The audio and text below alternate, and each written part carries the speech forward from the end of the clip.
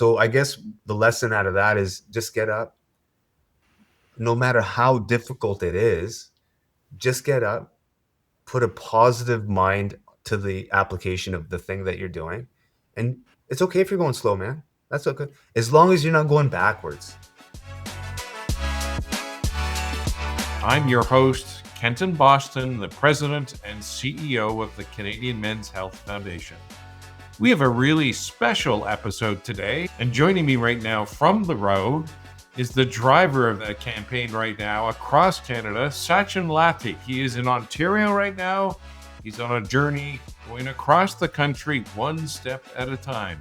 Also here, Sachin's other half on his journey, the person driving the RV, shooting and editing the videos, helping to speak with the thousands of people who are turning out to talk about their mental health journey. Glen is here today. And also joining us, Dr. David Kuhl, co-founder of the organization Blueprint, one of the leaders in men's health research, focusing on commitment, this sense of community, and that we're in this together, men and women. So we wanted to start this conversation back to you, Sach. We've connected for a few months now, and I wanted to say welcome to the podcast and congratulations. I am so proud of what you and Glen are doing, not only on behalf of men, but on behalf of this country that is going through enormous strife and challenges right now. And it's awesome to have you today. So how are you doing? It's how many steps? I did, our friends, Dr. Google, I reached out to say, I don't know how many millions of steps across the country. How is the journey feeling right now? You're in Ontario. You're just past the halfway point. Paint a picture for us. You've gone through weather, mosquitoes, bugs, roads, lots of challenges, and enormous conversations with people. Yeah, honestly, it's been in short sort of term. I mean, it's been life-changing. I've definitely learned a lot about myself and who I am and what I want to do for the future through the process of running across the country over 46 days and meeting all the thousands of people we've been fortunate enough to have conversations with, who are struggling, who have triumphed, and who are continuing to support their loved ones. It's been very humbling and truly an honor. Probably one of the biggest honors in my life is being able to do this. Awesome. Glen, you're right beside Sach. You're one of the key drivers of this whole conversation. What's it like for you? You're the guy behind the camera often, although I see you popping forward in a lot of interviews. What's it like and what's it been like to have those conversations? And this is a conversation over to you, David. And that's kind of the mental health journey that you're on, not only individually, and we wanted to dig into that a little bit, but the journey that you're sparking in conversations with people as you meet them. The stories so far are really touching and quite phenomenal, I'll say that. Yeah. For me, I guess driver literally and figuratively in a lot of ways. I think for me, again, it's been such an honor to have probably the best seat in the house to obviously witness what Sach is first doing. And, I think Sach and I, we've known each other a couple of months and he's been on this journey for years at this point. So there's so much that I'm just absorbing in terms of like mental resilience and then just pushing through every single day. And translating that into what people consume online, being inspired behind the camera, and then all the ancillaries that go along with it, making space for people and kind of inviting them into the RV. And I was telling you, Kenton, yesterday, we have a pretty interesting cadence as well right now, where Sach is out there running, doing his ultramarathons for the day. I stand by the RV, hold space and conversations for people. In short, it's just been extremely, extremely humbling more than anything. And every day I wake up grateful to play a small part in this. So, yeah. Dr. Kuhl, David, if I may, I wanted to bring you into this conversation. And as I do that, Sach, I wanted to ask you kind of the genesis. And I know we've done some stories in our network about who you are. I'm wondering, as you're looking forward, you're in Ontario, the center of the universe is before you. You're in the center of the universe. Have to get that out of the way, I think, because most of us have been there or lived there at one point. And I'm saying this with you in mind, David, as I asked you, Sach, How is this feeling? You know, a guy from British Columbia, and the conversations. I think Glenn, you had mentioned 4 or 5,000 conversations as you're going forward. I'm just checking in on your mental journey, Sach. How is that feeling? And then, David, as you're listening to Sach, I'd love kind of your take on what this means for the broader issue of community in Canada, with Sach taking one step at a time across the country to unite us, which is what it feels like you're doing, Sach. I mean, I don't think it's hyperbole by you saying that. It does feel like for us, we are playing a small part in unifying people together. What does it feel like? Um, Overwhelming at times, to be honest. It's hearing all the different types of stories and engaging with all the different types of people. I mean, it's funny. I'm running across the country, and that's not the first thing that come into mind, right? About running 50, 60K a day. It's really the conversations and the community and the connections that we're having as we're speaking to people. And for me, it does get overwhelming in a positive way, because the impact that we are seeing in real time with people in their eyes, it truly is an amazing experience. And if I could really articulate, I don't know if I can actually articulate what we're feeling. I think it's impossible unless you're experiencing it. And the only word I can give is overwhelming. And just out of curiosity, do people come sort of like at the end of the day and they just begin talking to you? And are they curious about what you're doing? Or do you initiate the conversation? How does it, just take me through that part of your day? I can speak to Yeah. that. Yeah. So essentially for us, we often joke that we're like two Mormon guys going across the country spreading the gospel of mental health. And in a lot of ways, we're going where the wind takes us. So fundamentally, as a structure, the we're being a little how do I say this? Just more open to every day and what possibility every day has for us. In terms of actually the filter of people reaching out, typically how it works is we stay quite often at Walmart parking lots, or we identify key traffic areas in towns and cities, and we park our RV there for the whole day. So people are just kind of filtering through. Thousands of people just filter through, and some come up to have conversations, and usually it's me who's on ground. So I have those conversations and what's going on, tell them about our mission, who we're supporting, all of that. um, Sach is running his ultra marathons, and he comes back to the RV every couple of hours. And if I feel like there's an opportunity where I think Sach should be here and actually connect with these people, because for them, um, what he's doing physically is something that they all are obviously quite enamored by. And then with his own mental health story, something that a lot of people can relate to. So I just drop him a text and be like, hey, man, if you can, there's somebody really interesting here, and I think it'll be worth a conversation. So he comes by, and then we create space as long as people need to, and often that means that he's often running into the into the nights. There was a time where he was, even a couple of days ago, he was running until like 1:30 in the morning in pouring rain. But we just create space, and whoever comes in, we just hear them out, and they hang around for as long as they need to, and they feel like they get something, and then Satch is on his way. Right. Yes, I, we try to keep it really fluid and open. We don't want to rush anybody. We don't want to do any of that. And what that's allowed us to do is really be open to everything. Like, for example, today we're in Thessalon and hanging out with some people. And that just was because we were open to the possibility of whatever might present itself. And if it's an opportunity that allows for more conversation, more connection, and more community, 9 times out of 10, we're taking it. and do you find that there's a broad sort of section of people coming, kids, adolescents, young people, Yeah. men, women? I don't want to be What's binary. Just, are there people of all description speaking to yeah. you? So in fact, yesterday as well, this lady asked the same question as who you're talking to specifically, and honestly, it's obviously anecdotal, but we've spoken to everyone. There is no specific demographic group or race or gender that sticks out. It's literally everyone, and I would say it's a pretty even split. Women, men, folks of who are transitioning or identify as different genders, all kinds of races, homeless people, wealthy people. I'm thinking through Canmore, we met this fairly wealthy couple who had some conversations, and we've had Satch is wearing a necklace right now.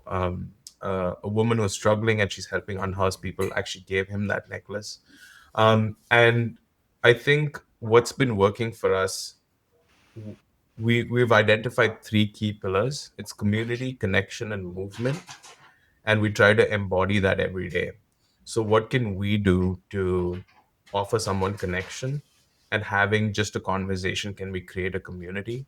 And if they can just join us for a walk or a run, or just get moving a little bit, I think that just seems to open people more. People are just more open to having more deeper conversations, and it's doing something. That's right. Yeah. Right. And the reason I ask those questions, there's two parts of this, and I have a sense of positive overwhelmment just hearing your story, and I'll tell you why, both personally and professionally. Uh, my father was bipolar when I was I mean, his whole life, but he had a particularly hard time when I was in my last years of high school, and nobody knew. I didn't talk about it. Nobody talked about it. People seemed to not be aware of the anguish that was actually in our home. And then my work now with first responders, especially, there's often aloneness in mental illness or mental anxiety. So I can feel how connected you are and how important that is, that you're actually bringing people from across this country together, because I would be so bold as to say that everybody here is connected to mental illness or mental health in some way within their families, their communities, their extended families.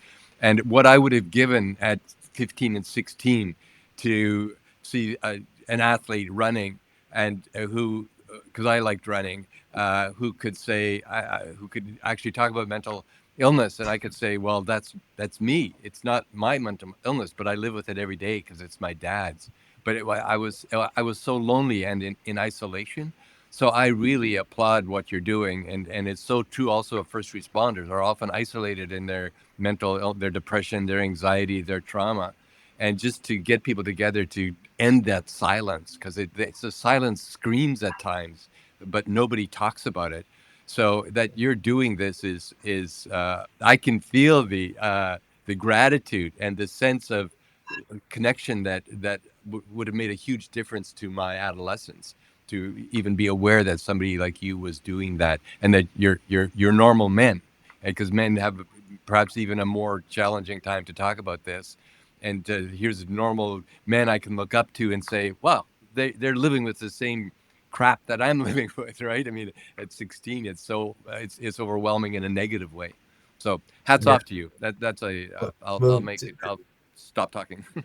no, no, but I appreciate what you said there, because to that point is like, um, we've actually seen that on ground, right? It's been not just like, the people that have maybe affected with some sort of mental health related issue, but also the family members too. Yeah, yeah. Like family members are coming to talk, and I think we've the pivot was the greatest thing we could have ever done for ourselves and really for this whole project, in terms of focusing it in a very different way.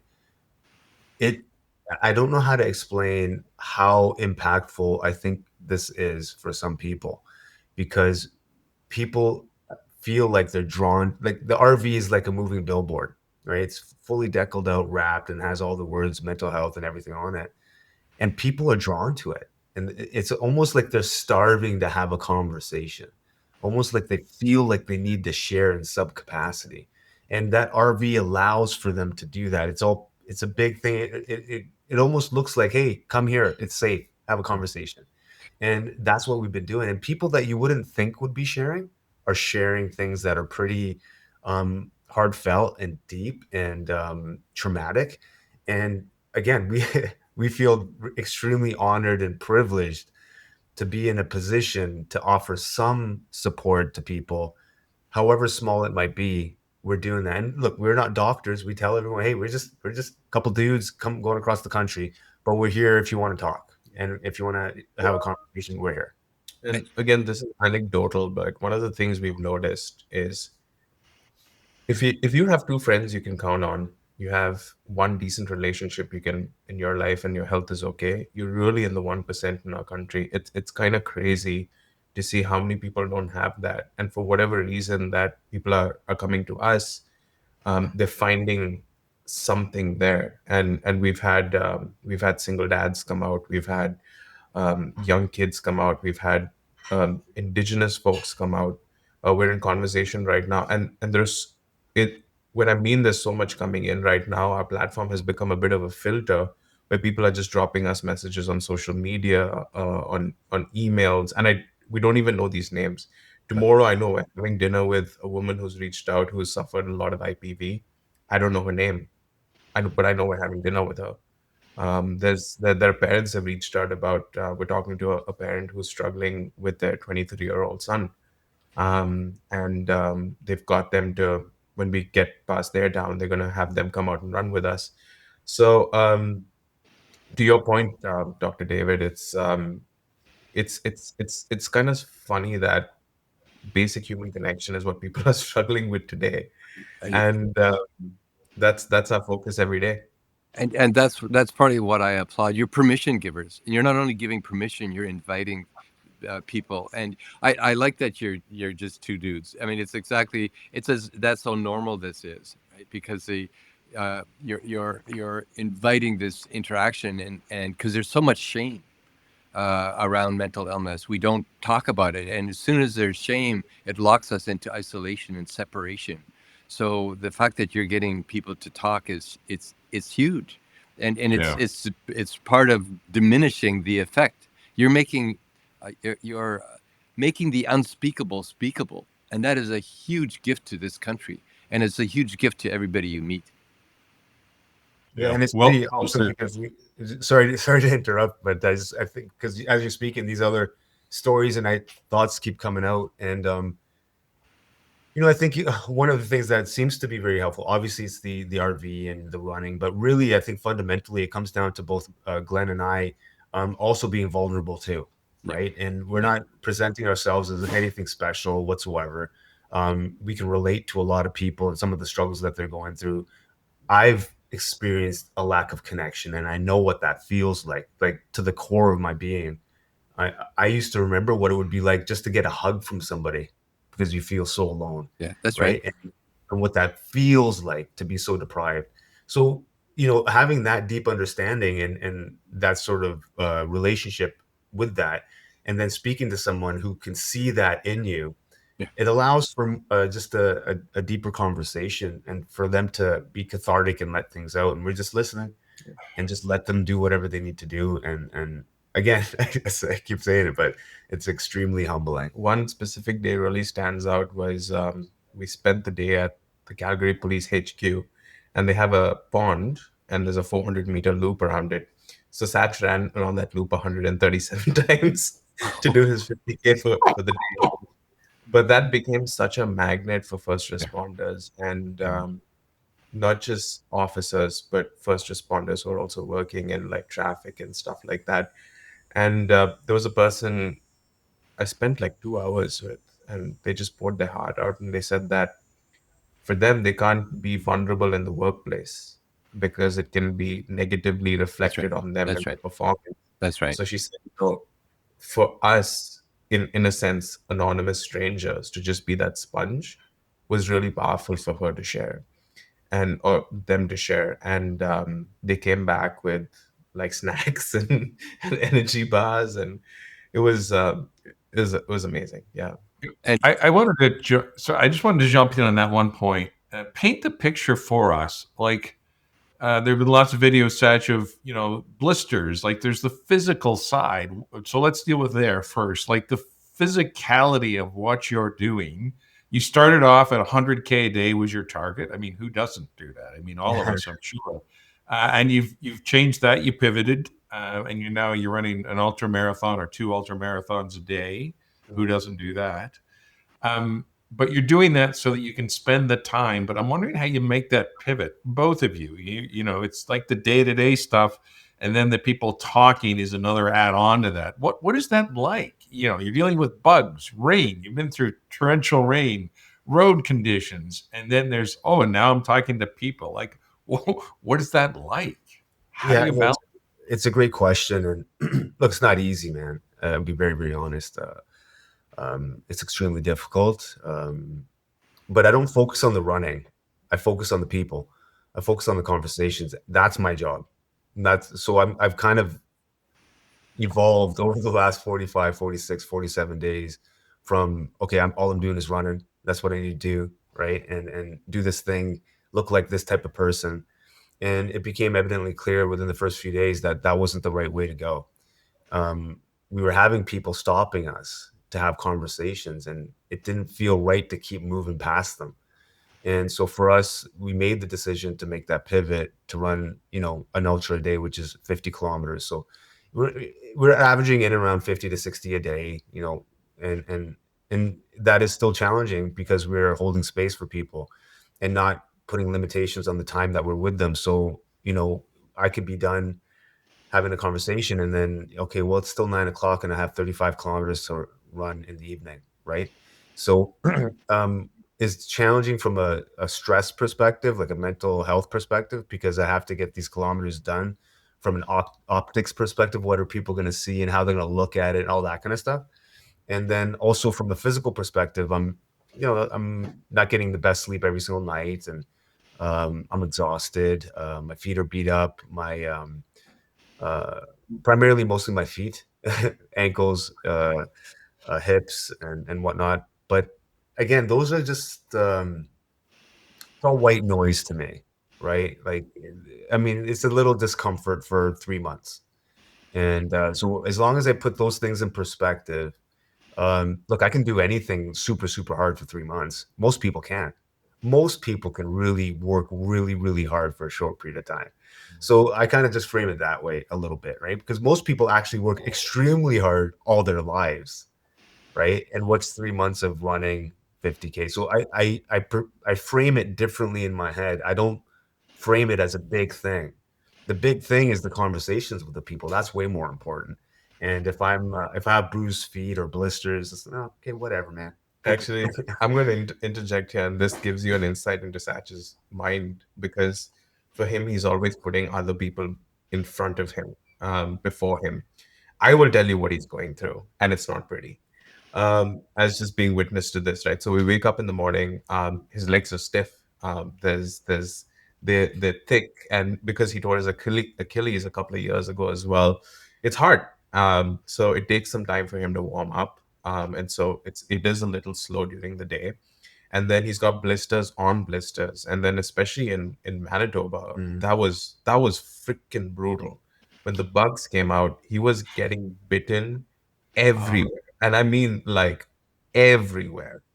On top of that, when he's on his feet for 8 to 10 hours every day, the amount of salt he uses, the salt he loses, it actually starts to crust up in different parts of his body. So there's a massive salt loss. And so we do have a regimen where he has hydration and he gets his water, but to still power through that every single day, I don't know how he does it as somebody who's watching him every single day. On top of that, when we're on some roads that are pretty sketchy, the wind blast from trucks, I've like seen him go like literally been pushed off from wind blasts from trucks. And then there's various parts, there's gravel, there's roads that are uneven. It takes a lot out of him. He's not going to tell you that, but it really does. And it takes you know but what I really admire is he takes it in and he just brushes it off, because at the end of the day, when he comes in after he's done his 50K, he's like, "Hey man, are you doing okay? Do you need anything?" And I find that hilarious every day, because I'm like, "Hey dude, I'm fine. Like, I'm not nowhere close to pushing physically." And on top of that, he's getting work done. He actually responds to emails.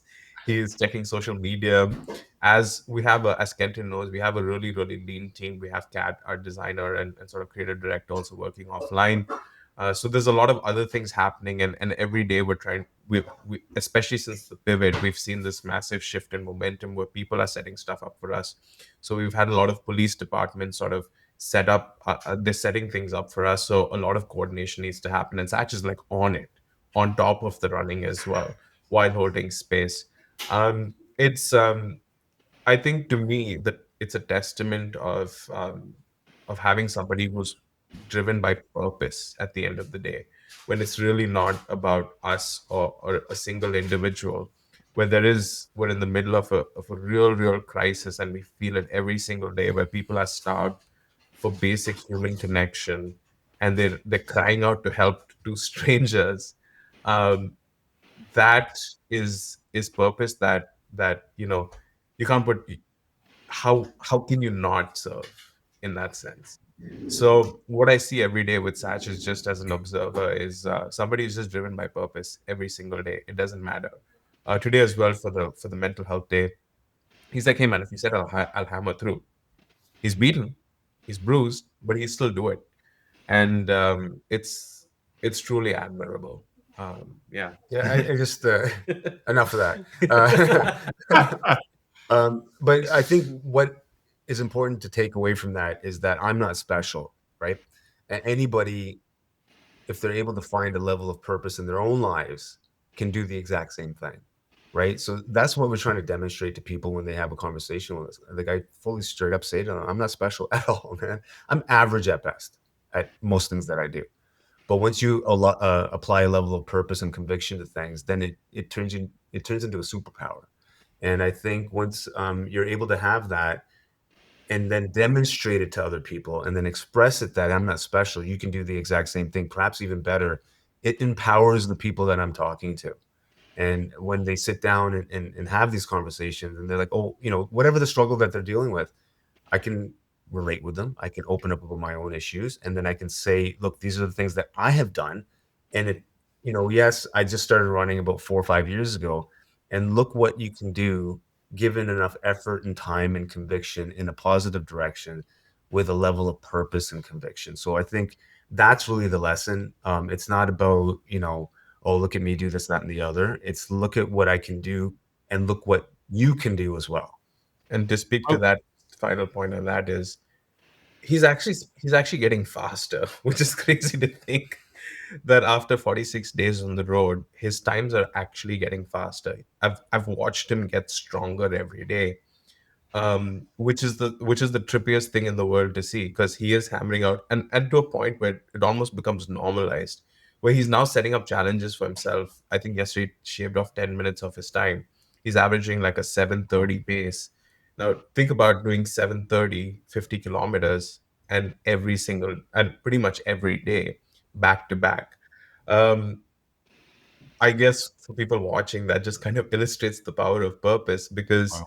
he's actually not slowing down. He's getting he's getting stronger and But faster. that's also a bit of a mindset applied to it, right? Like, I have to find additional ways to stay entertained and be in the game. So there's games within the game as I'm running, right? And so I'm trying to find additional challenges as I'm doing a run. Okay, can I do this faster? Can I run 500 meters and then walk 400? So I'm doing little things to test myself physically, so that I can perform better over a long period of time. And yeah, man, I want to be better at running. So how do I do that? So as I'm doing the thing, I'm testing things out over the last 4 or 5 days, and they seem to be working, the strategies that I'm using. Yeah. And so, that's kind of what we do, man. Like, having fun. How do you address the running demons inside your mind on days that are really you just don't feel like taking one more step? Because that does relate also to mental illness. And can you just say Yeah. about uh, those voices we all have?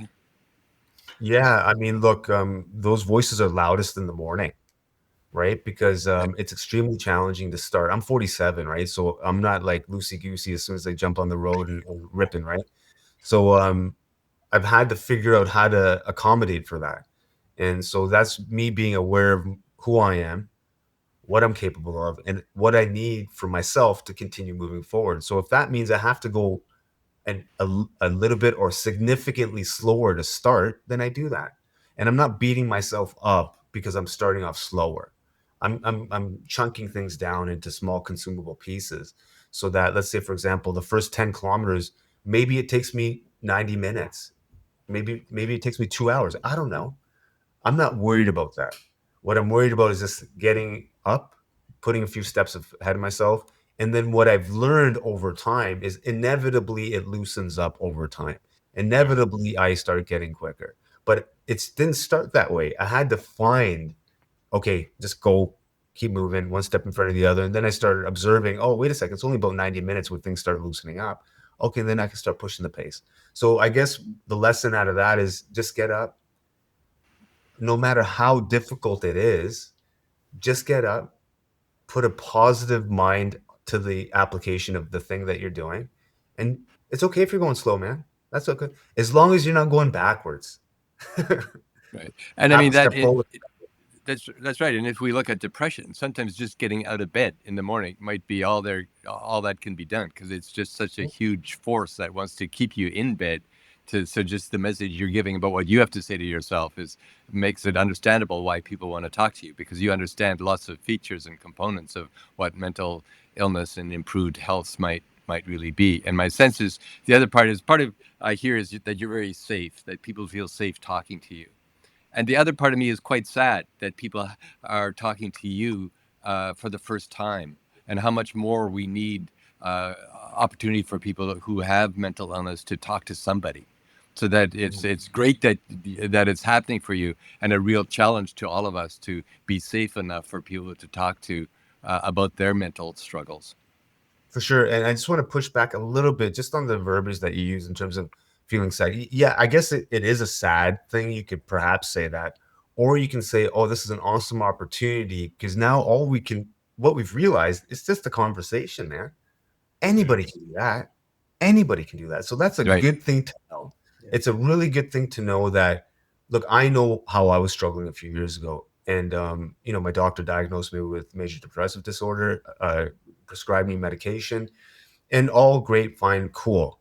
But what I found that helped me far more than any of that was a conversation with a friend, was Yeah. communication and connection and a little bit of movement.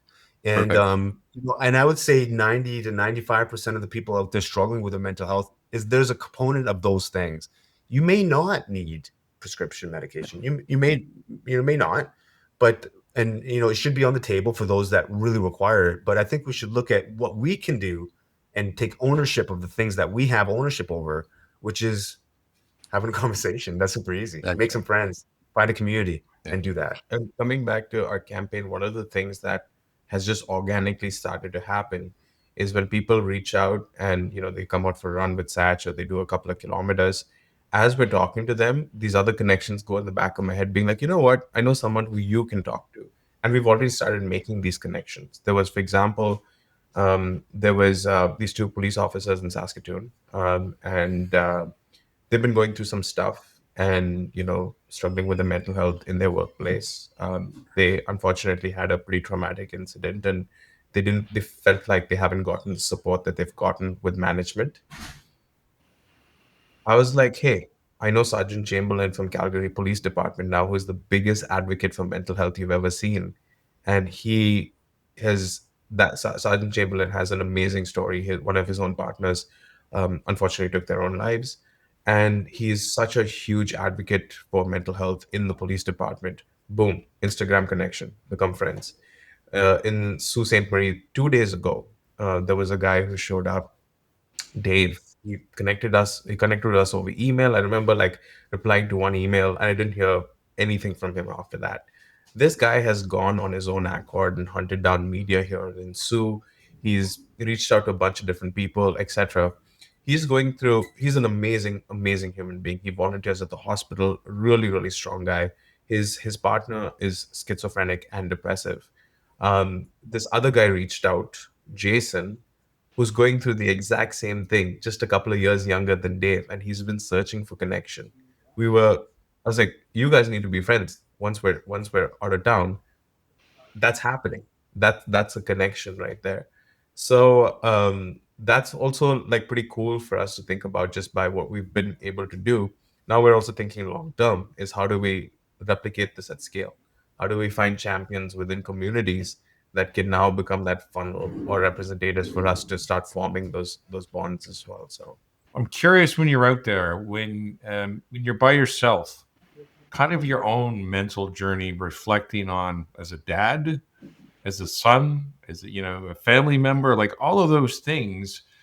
Is that inspiration for you? Where do you fit that into the blisters, the pain, the distance, the conversations, and I'm doing it again tomorrow and the next day and the next week. Where does that fit in for you? Yeah, that's a good question. It might sound strange, my answer. I love my daughter and I love my family. And the people that are closest to me, I love them all. But they don't inspire me to do what I'm doing, right? I want to set a good example and I want to be a good person. But again, that doesn't inspire me to do what I'm doing. I'm purpose driven to do this thing. And I'm driven by the people that we're having conversations with.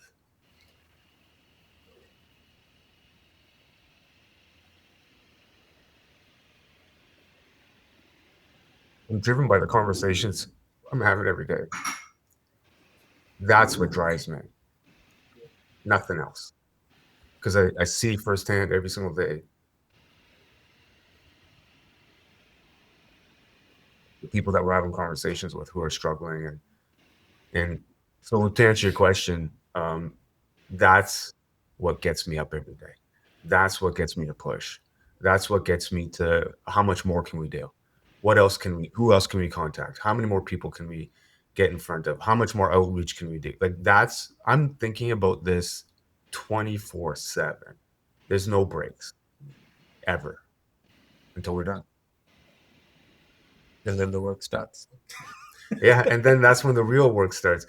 And so I don't know if that sounds strange or not, but I just I don't and I have an intrinsic drive that I don't know how to explain.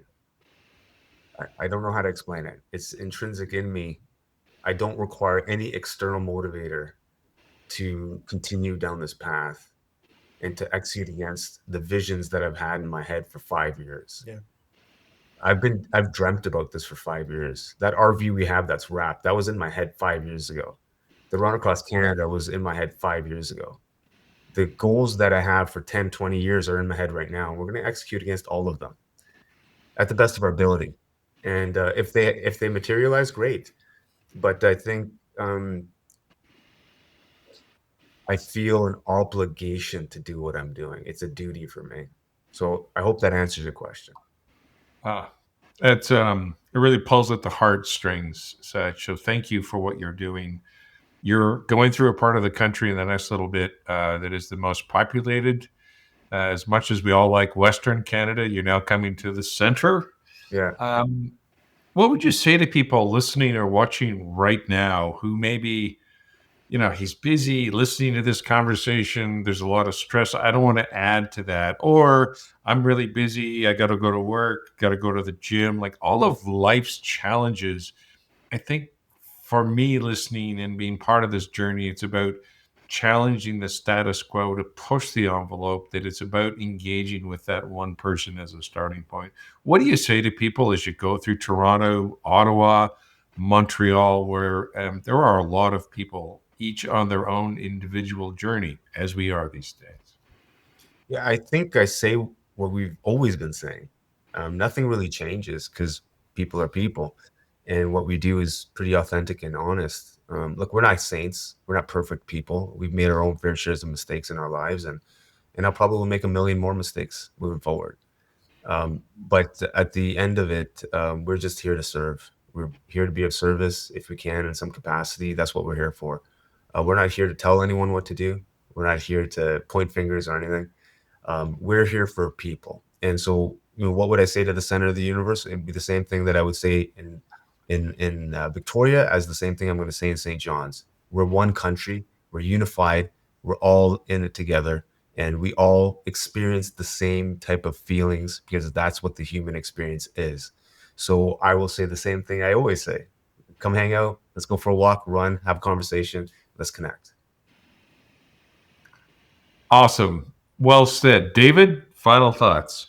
You're really creating or adding or strengthening the community, a national community that has the courage and safety to speak about the challenges we all experience every day. And you're doing it humbly and honestly. And it's an incredible gift to all of us. I wish I was there. I would have my runners on and I don't know that I'd do 50K in a day, but I would run beside you for a period of time. So for tomorrow, when you start running, I will be running with you in spirit. Awesome, Thank man. you. Thank you, Appreciate David. that. Thank you so much. Glenn, just final comment from you. Yeah. Um, At first, I don't know if it's appropriate, but I've been thinking about that story I wanted to share that I haven't been able to organically shoehorn into this conversation. So I'm actually just going to illustrate the story that I think perfectly highlights even our relationship with the Men's Health Foundation and how powerful and incredible it's been. So Kenton and his team have been amazing in terms of opening up so many media opportunities and opportunities to us for us to engage. One of these partnerships have come through Perry Naturals. Now, apart from obviously supporting not just Satch but the team as well with some amazing supplements, Jennifer from the team went above and beyond to also activate on-ground retail stores where their products are stationed to do some sort of activations. One of these that stood out was Dad's Organic supermarket in Saskatoon. There was a store manager, Carly, who was right from the get go extremely enthusiastic for us. They set up like donation booths, and they had she was just like full of energy and life and excited for us to come by and set up. So we showed up in the morning, did our thing. Sat started his run. There were two police officers.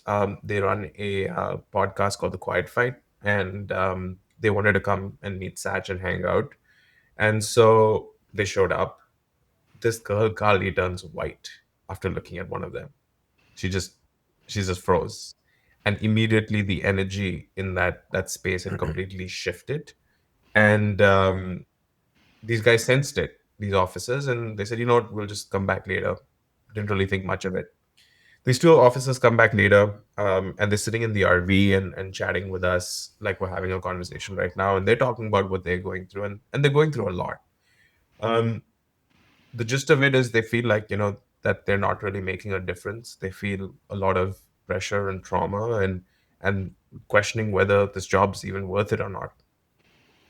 Kali comes around, looks at one of those guys and says, I don't know if you remember me, but 6 years ago, you arrested me and my boyfriend. We were in an alleyway, overdosing on drugs.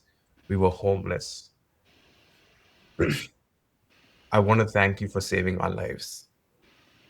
Because you arrested my boyfriend, he went to jail for 2 years. He got clean and sober. That inspired me to get my act together. And I've been thinking about you every single day for 6 whole years, trying to find out who you were, how to reach you. And in a small part of what we played, they came together. Not just that, the boyfriend showed up the next day, and he's been through hell, man. Drug issues. He has a brother who's serving a life sentence. He has another brother who unfortunately took his own life. Like, he's been through a lot. Shared his story for the first time openly, and we've documented it and all of that stuff. But beyond that,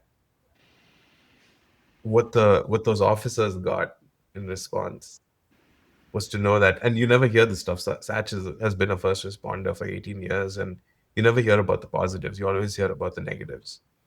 And that single story has now become a pretty large talking piece to the first responders we engage with. We're also struggling with the same thing, knowing that there's still hope out there. So yeah, it's Satch is doing the running and I'm supporting, but this is a collective thing. It's only successful because we have guys like you on our side who are opening up the right doors and pushing to make this happen. We would not be here because of you guys. That's the God honest truth. So it just it always, more support is always great, but I want to say thank you, Kenton, and the Men's Health Foundation for making this possible. Wow. Thank you, Glenn. Sach, it's always awesome to talk to you. We're really honored to work with you, Glenn and Sach, on this journey. David, thank you for your time. I'm left with one last thought, and I said it in my intro, and that's the role of love in this conversation. There's a campaign out of Alberta, Love Letter to Men, which is in the springtime, and it's about getting men to have a conversation like this. Sachin, just wondering, last comment to you to wrap this up for us. As you think about your daughter, the love in your life, your partner, this run for you is an extension of you. Just talk a little bit about where this lands for you, just as a person from BC connecting the rest of the country. Oh, oh man, I haven't done much good in my life. Um, I've been pretty average most of it. And outside of my daughter, this is probably the best thing I've ever been a part of in terms of something that's considered a legacy for my daughter. I don't have a lot of money. I'm not a wealthy person, and that's not even my goal. What I've always wanted to do is live a meaningful life and do good things and be of service. At least for the last 5 years, that's what I've wanted to do with my life. And that's what I want to do for the rest of it. So for me, this run across Canada, I can't express enough of how this is probably the greatest experience of my life. Being part of it, meeting all the people, being connected to the various different communities that I've been able to be connected to. Yeah, considering where I was to where I am here today. Yeah, it's amazing. Wow. Thank you. Thank you so much for your honesty, your integrity, your determination, your commitment, and your sense of love for person and for the rest of us in this country. It is about that sense of community. If you want to follow sachinmotion.ca, Canadian Men's Health Foundation.ca, you're doing extremely well on Instagram. Would encourage people to go there and follow you. Love the videos, love the passion, love all of you. So thank you for your time and dedication and commitment to make a difference in this country. Thanks, man. Appreciate the time. Thank you. Guys. We believe we're stronger together. If you're facing your own challenges, remember you're not alone. Visit menshealthfoundation.ca for practical tools and expert advice to support your physical and mental health. And if you found this episode valuable, help reach more people across the country. Follow the show, leave a review, and share it with someone who could use a reminder that they're not alone. Until next time, be kind to yourself, keep moving forward, and believe you're not alone.